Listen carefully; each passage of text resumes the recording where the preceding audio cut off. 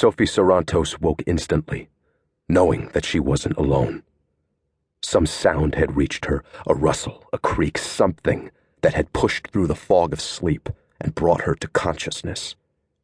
She didn't waste time screaming. Instead, she reached for her nightstand, desperate to grab the weapon she kept hidden there.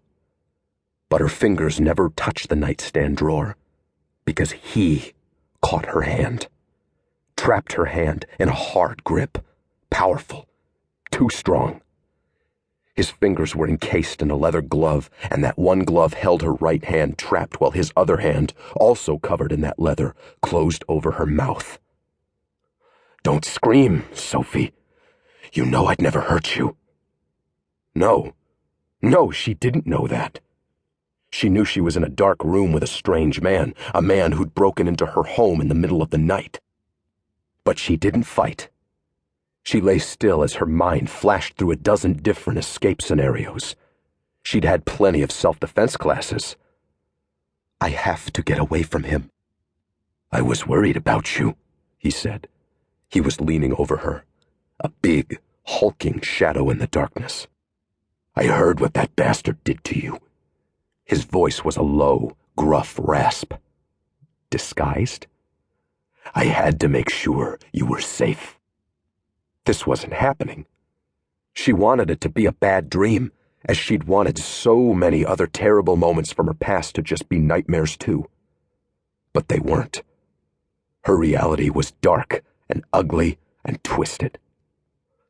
"I'm going to kill him," he swore in that low, rasping voice. Sophie shook her head.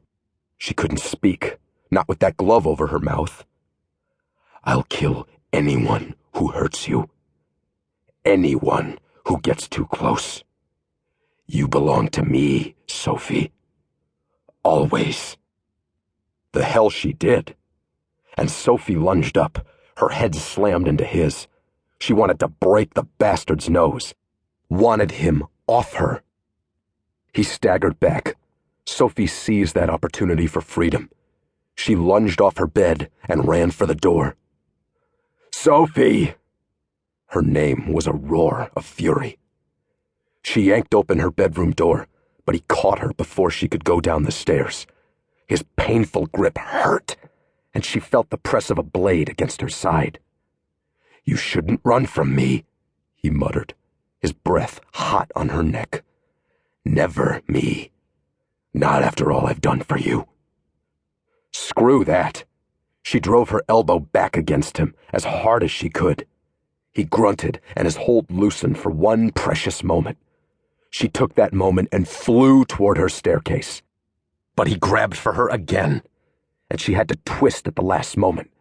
She stumbled, and down she went, tumbling and bouncing over those stairs. It hurt, but she didn't care because when Sophie crashed at the bottom of the stairs, she managed to actually get to her feet and run for the door. Her whole body ached, but she was moving, and then she was outside. The cold, crisp DC air hit her. His footsteps thundered behind her. Sophie didn't look back. "Help me!" she screamed as she ran forward.